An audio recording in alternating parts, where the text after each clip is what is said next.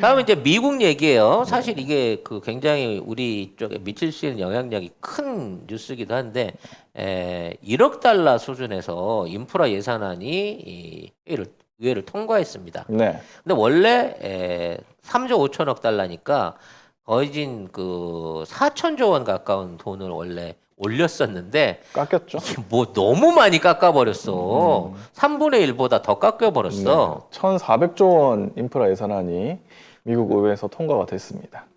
근데 이게 문제는 뭐 민주당은 6명 정도 반대를 했고 공화당이 13명이 찬성을 했대요. 음. 그래가지고 통과가 됐습니다. 아니, 그러니까 결과적으로는 그쪽 동네에 다 몰아준 거야. 근데 자기네 동네에 오라고. 그래서 이제 몰아주기로 해서 나눠 가진 건데 생각보다는 양이 너무 줄었기 때문에 달러가 확 풀리리라라고 기대했던 입장에서는 매우 실망스러운 거죠. 그러네요. 그래서 이게 이제 주로 쓰이는 데가 도로, 교량, 수자원 공급, 인터넷, 통신망 등의 인프라 개선에 이 돈이 들어간다고 하는데 사실 이 돈 갖고는 언발의 오줌 누기 수준밖에 안 되거든요. 아, 그래요? 네. 근데 막 바이든은 우리가 기념비적인 걸음을 내딛었다고만 해도 과언이 아니다. 이렇게 얘기하면서 수백만 개의 블루칼라 일자리를 창출할 역사적인 투자다. 어차피 이제 바이든 입장에서 선거를 앞두고 뭔가 성과를 낸 걸로 맞는데 3조 5천억 올렸다가 1조밖에 달러입니다. 1조밖에 못 거둬낸 거는 사실상 정치적 실패고 공화당이 버티기 위해서 성공을 한 거고요.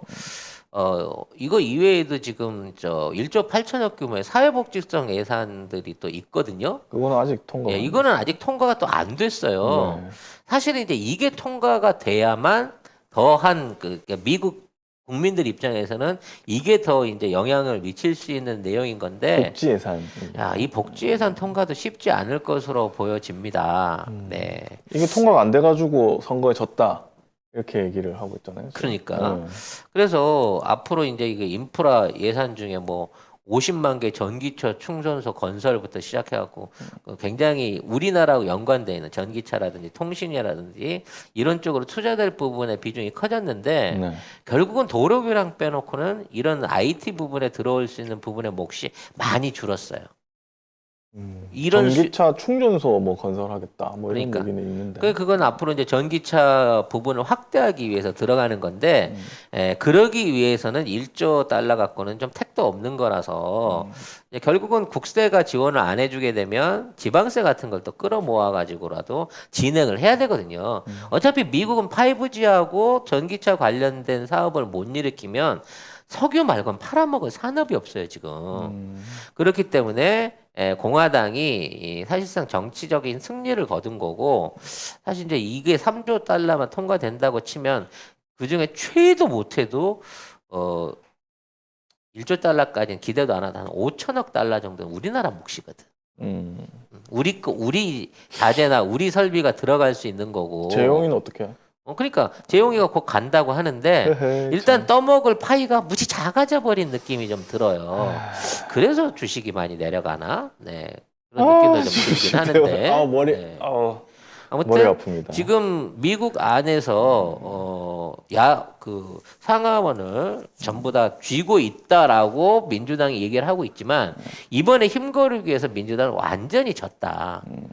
결과적으로 앞으로 공화당의 공세로 중간 선거 이후에 또 미국 정치의 판도가 공화당 쪽으로 넘어가는 게 아니냐라고 하는 안 되는데. 불안한 예상도 좀 해볼 수 있는 부분이 있습니다. 아무튼 실패했다. 바이든은 웃고 있지만 내가 웃는 게 아니야 라는 표정이다라고 이해를 하시면 될 것 같습니다. 그래도 뭐 어차피 우리한테 올 몫은 늘 정해져 있는 거니까. 아니 근데 뭐 종전선언 관련해 가지고 만약에 이렇게 일이 풀리면은 바이든 인기가 좀 올라가지 않을까요? 아닌가? 뭐 노벨 평화상도 좀 그러니까 바이든 입장에서 받아주고. 더더욱 업적을 위해서라도 내년 중간 선거 이전에 우리 대통령 퇴임하시기 전에 그러니까 빨리 세계 평화를 위해서 내가 한반도 일했다. 문제 안에서라도 두각을 나타내야 되는 좀 반대적인 기대도 해볼 수 있는 부분이 생기겠죠. 그래서인지 모르겠지만 CIA 국장이 모스크바를 방문했다고 합니다. 아니 CIA 국장이 바빠요. 문 대통령도 만났다가 그렇지. 근데 러시아에도 왜 경제사절이나 장관이 아니라 CIA 국장이 직접 뛰어다니고 있냐라는 것도 사실 좀 그래요. 그죠?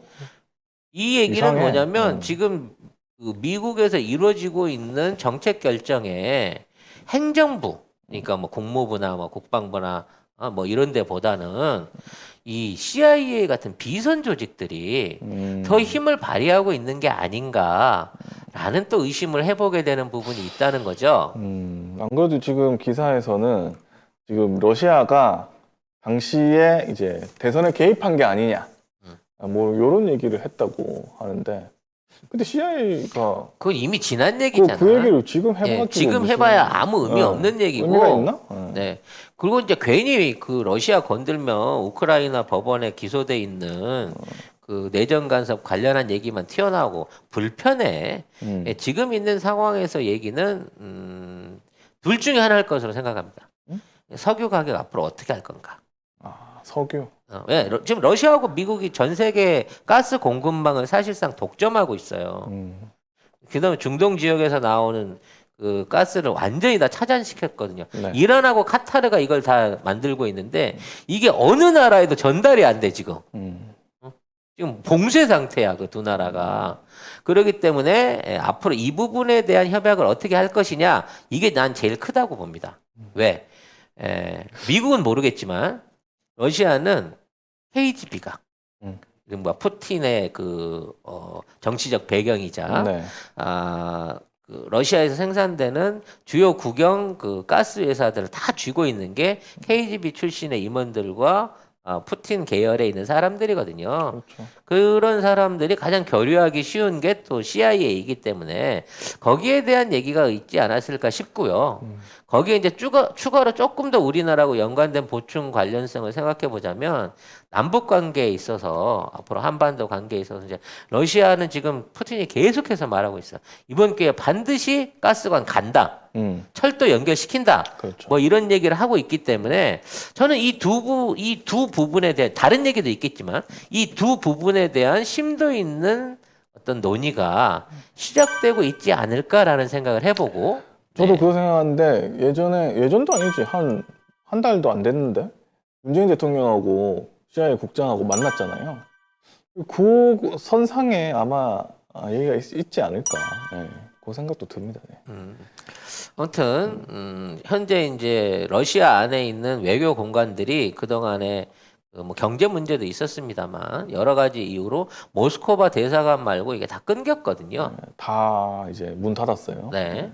그래서 아마 러시아 안에서 미국이 그 정보 취득이라든지 아니면 이제 경제 활동에 대한 영향력을 미치려고 할 때 그 안에 이제 어디 기댈 라인이 없어요. 근데 이게 끊어진 지가 한 10년이 넘었거든요. 왜냐면 러시아하고 미국하고는 경제 교류가 사실상 거의 없는 거니까 지금 수출입 관계에 대한 게 없는 건데 지금 가스로 공동의 이익을 이끌어가고 있는 부분이라서 특히나 앞으로 러시아 철도라든지 또 사실은 이제 미국도 원하는 게 앞으로 항로를 바다를 거치지 않고 육로를 해갖고 유럽까지 연결할 수 있는 지금 이제 베링해 관련된 철도라든지 한반도까지 연결될 수 있는 뭐 자기부상 열차, 도로 뭐 이런 얘기가 나오고 있으니까 이런 부분에 대한 구체적인 협의도 진행 중이 아닐까라는 예상을 해보게 됩니다.